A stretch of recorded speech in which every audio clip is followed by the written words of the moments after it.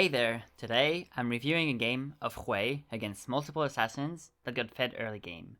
We'll tackle how to take calculated risks and come back into the game. I had a clear idea from the level 1. I wanted to crash the second wave, so the third wave would bounce back to my side of the lane, as Talon can be very threatening level 2 and 3. So we start attacking the minions right away.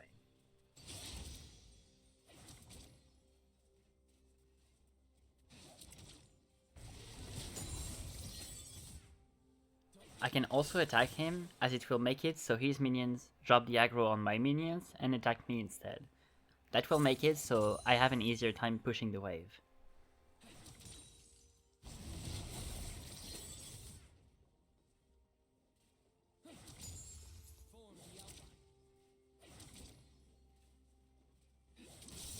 I end up making a mistake here because I don't respect Talon's level 2 transition, and it costs me a lot of HP. He ends up pushing the wave with his AoE spells, which puts me in a comfortable position to farm and attack him, making it difficult for him to farm and leaving him vulnerable to a gank.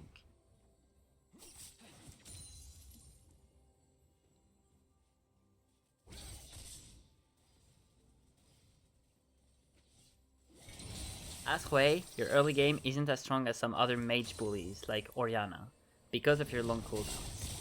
You want to make sure not to waste them on the wave when getting the push isn't necessary, and keep them for trading with your lane opponents.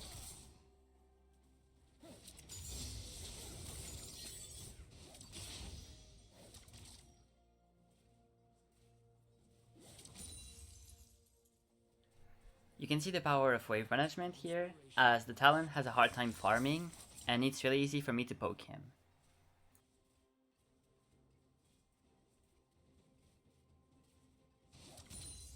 Freezing like that can be really good against opponents that don't have the wave clear to deal with it. And against enemies that do have the wave clear, you want to force them to use spells on the wave, so you can then punish them by fighting them.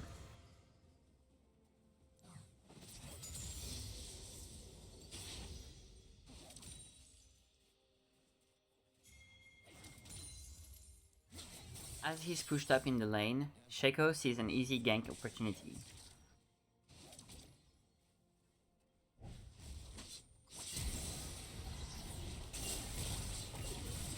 Sadly, the gank turns south as the Echo is here to counter gank. When I come back to lane, I make sure to not push right away, trying to make him lose as many minions as possible.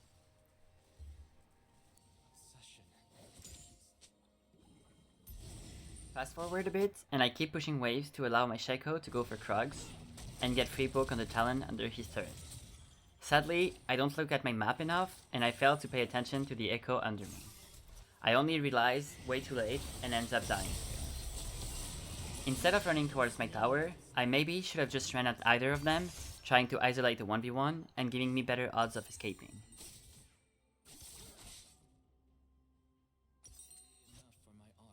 Getting back to lane, I see my teammates getting caught on the grubs. So I tried to go and help them, but the play was doomed from the start.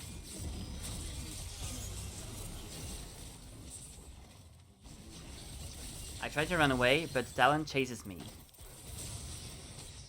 I expect him to dive me here, so I shield myself, giving me enough time to trade a kill. However, the kill is way more worth on me, as it gives me 2 Dark Seal stacks. Shaco gets outsmited, but I get a kill, putting me at 4 stacks of Dark Seal. I see a lot of Hwei players go for WE a lot for more damage, but I think the WW is way underutilized. Here, I survive a really close fight with Talon thanks to the WW.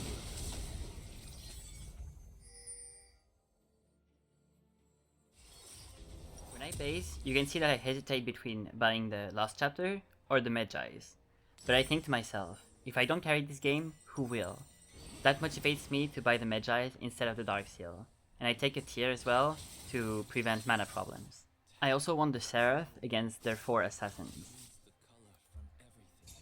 In this game, at 23 minutes, I had 484 AP from items and runes.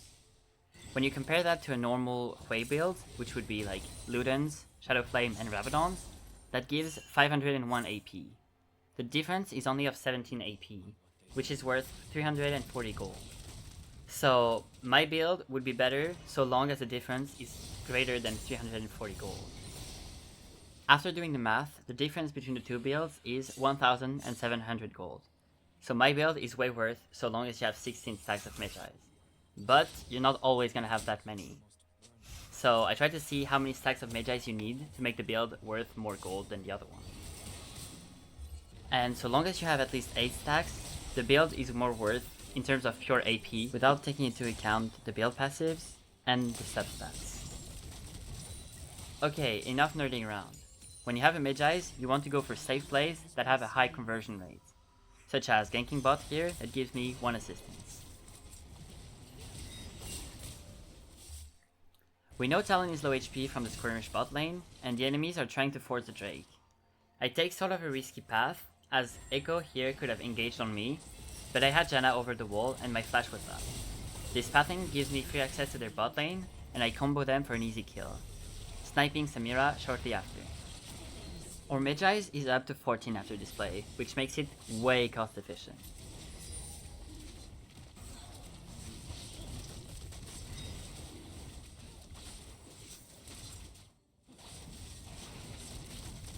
We get our second Drake stolen this game.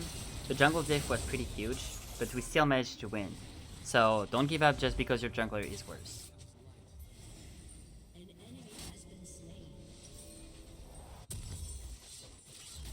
I TP with my team here because they already got 2 kills and I know that if we get the third one, we would have the Rift Herald for free.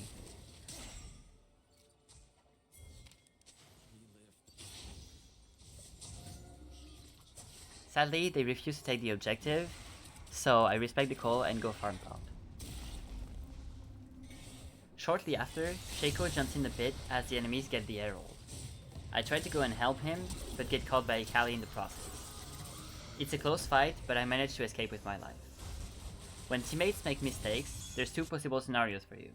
Either join them and turn their mistakes into a good play, or leave them to die. It can be hard to leave them to die, but it's sometimes the right thing to do. But sometimes, even if the idea of the play is bad, the outcome can be good if you commit with your team. A clear example of turning a bad play into a good one is here. I'm low HP, so I want to base, but I see my Shaco going in mid. It's a bad play as they can have the number advantage with me backing. But I decide to follow the bad play as me being here can make the difference. As a mage, I can play with my range to always stay safe even with low HP. So I figured that it would be a good idea to help them and it secures me more Magi stacks. I clear a few waves mid and we end up here, pushing mid with Misfortune. Janna is roaming in their jungle doing nothing. She should have been here with us and would have prevented us from dying. However, knowing she wasn't with us, we should have respected it and played safer. In pro play, pushing mid would have been the right play, but you always have to take into account the skill level of the people you play with. I TP to fight the Nash with Darius here, as all Hwei needs is a good front line to be able to do a lot of damage with his AoE spells. We don't end up getting the Nash, but we get almost every kill, so it's not too bad.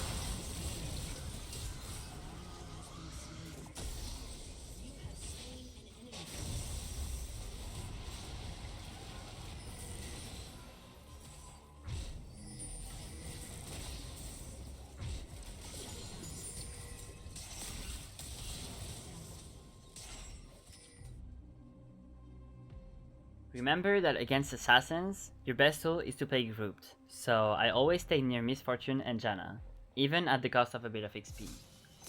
If you want to climb, you also have to micromanage your team. Think of League as StarCraft, where you guide your units with pings and chats. The Nash fight doesn't look good at all, as we get flanked by Talon. However, as soon as we see him, I reposition where I can throw my spells from a safe distance, and we end up trading 3 to 4, sadly.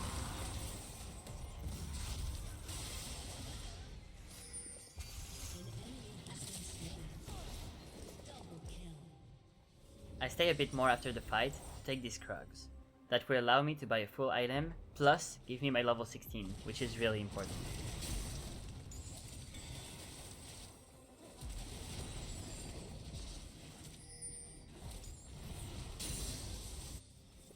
One of your best tools as a mage is vision, and here you can see that thanks to good vision, I'm able to one-shot the Samira.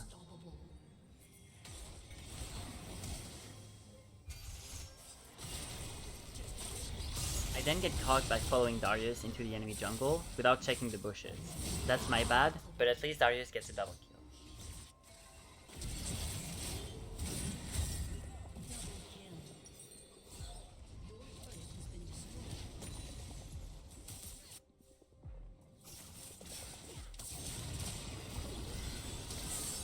My whole team gets caught and I'm left alone as a wave is pushing top to the Nexus turrets.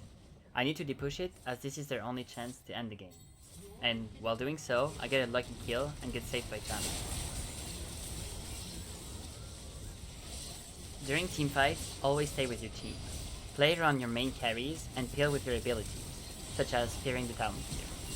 This allows us to have an even fight with 2 of our carries alive at the end, Misfortune and me.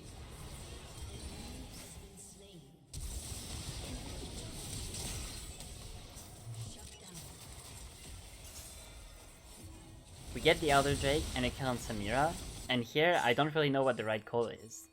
Since we have the Elder Drake and better fighting tools and better team fights, I try to force mid S5 to fight them, but the enemies try to distract us by pushing the side lanes. I wanted to ignore it and put only one person to defend, but sadly my team all goes to defend and we lose map pressure and the Nash. Do you think pushing mid was the right play, or would the enemy have base raced us?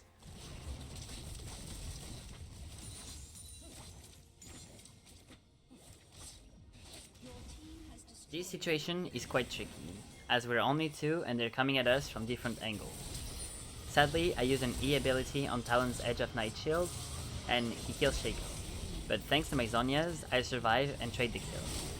The enemies overchase to kill me as I'm low HP, but I fight the Akali and kill her. Add to that Darius catching Karma, and we officially won the game.